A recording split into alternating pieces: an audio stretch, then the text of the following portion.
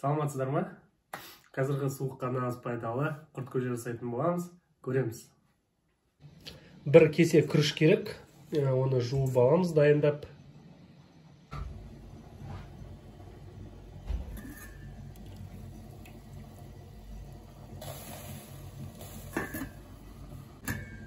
Так, суымыз қайнады.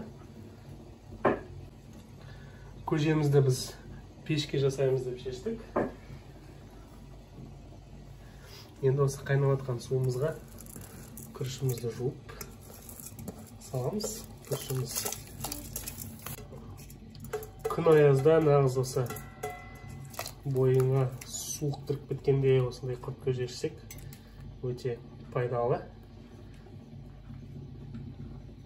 Енді қайнатамыз күрішімізді. Енді күрішіміздің үстінен тұз салып жақсылап араластырамыз.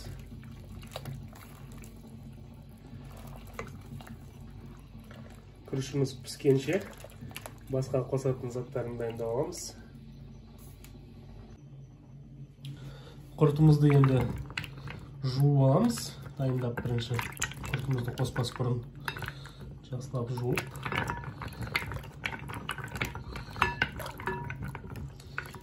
Бұның арасында ақ құрт та бар, қайнатылған құрт та бар. Суын төгіп тастап, осы қайнап жатқан күрішіміздің суынан құртымызға су құйып аламыз. Құртымызды осы суға еземіз. Ішіне кішкене салқын су құйдық. Резк ыстық суға құртты салуға болмайды. Әйтпесе құртымыз езілмей, резинка сияқты болып қалады. Әзірше осылай жарайды. Осылай 5-6 рет қайталаймыз. Енді осылай құртымыз езілгенше араластырамыз.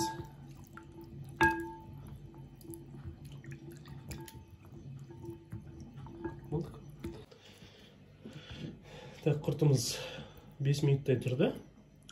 Енді қолымызбен жақсылап күшке салып еземіз. Қолымыз жуылған, таза. Өзіміз ішетін болғандықтан өзіміздің қолдан желкенбейміз. Әркімнің өз қолы өзіне таза. Міне осылай. Бұл құрттар қатты құрт. Сондықтан осылай күшке салып, езіп, қойып атамыз.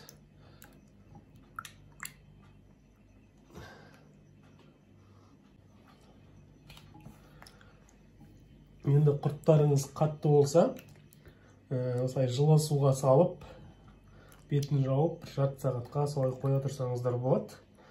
Негізі езілген, қайнатылған құрттардан жасасақ та болады. Бірақ мынау домалақ құрттың, қатты құрттың дәмі ерекше. Сондықтан осылай жасап жатырмыз. Осы езілген құртымызды қазанға құямыз. Қазанымызға міне астық қою. Құртымыз қазір сұйық. Осы құртымыз қою болғанша 2-3 қайтара қайталаймыз құртымызды езуді. Так, біз уже 3-ші рет істеп жатырмыз. Құртымыз уже езілді, қою.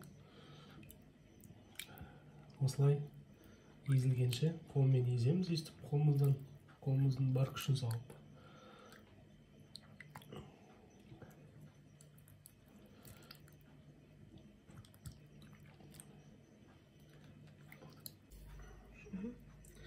Енді қазанымызға тағы езілген құртымызды құямыз. Қою болғанша міне бізде мынандай болып езілді. Осы езілген, езілмеген құрттың бәрін қосып жүрсек болады осылай.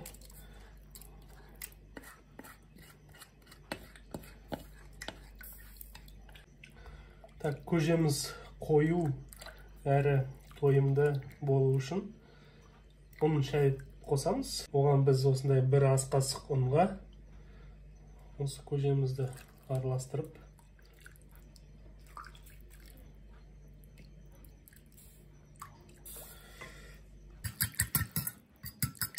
ұнымызды осылай жақсылап сұйық болып араластырамыз. Ұнымыз дұрыстап ерігенше.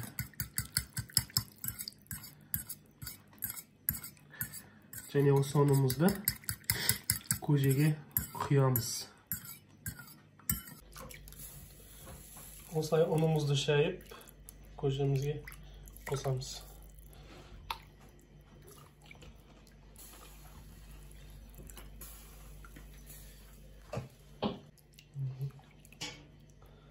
Так, енді осы қайнаған көжемізге қолдың сары майы осындай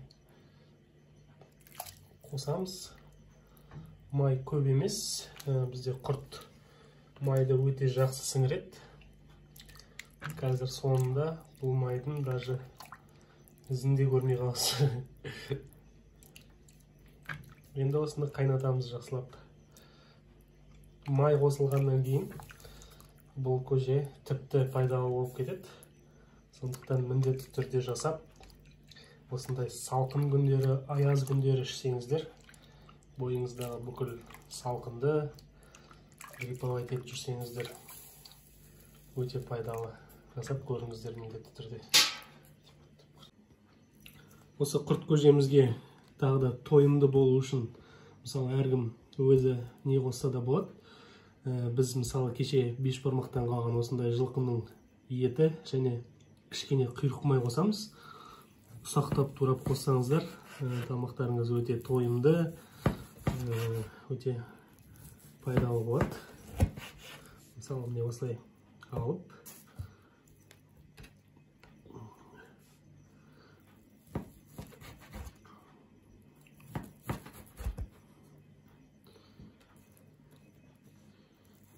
осылай ұсақтап, төрт-піштілеп турасаңыздар, еттің де дәмі, көженің де дәмі шығып тұрады, өте керемет болады.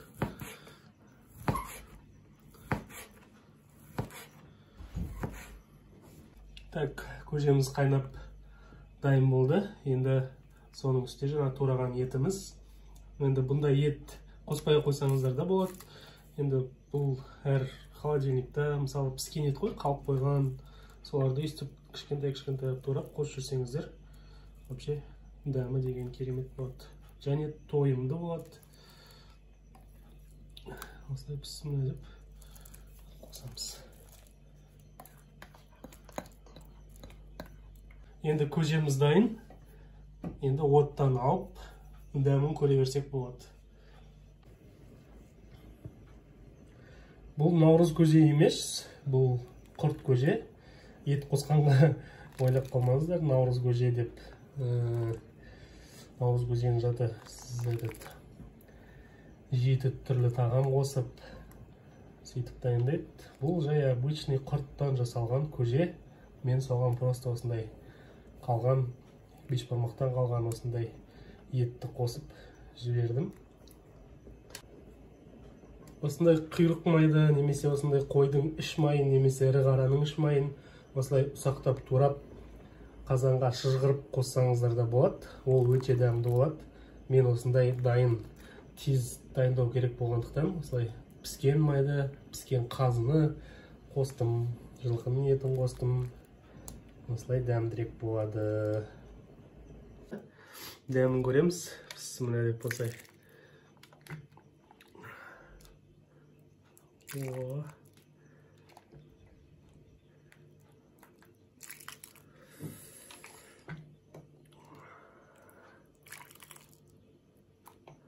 Сұйықтау болса тіпті керемет болады. Сұйықтау болады деп, бірақ суды көп қосып, су татып кетпесін көжелеріңіз. Бисмиллах деп көжеміздің дәмін көрейік.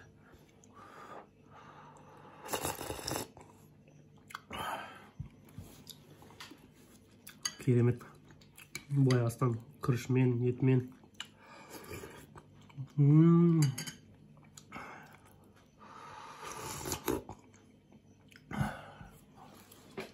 Керемет.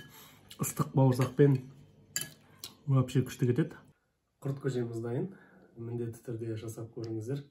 Каналға қосылып, лайк басып, комментарий қалдырыңыздар. Сау болыңыздар.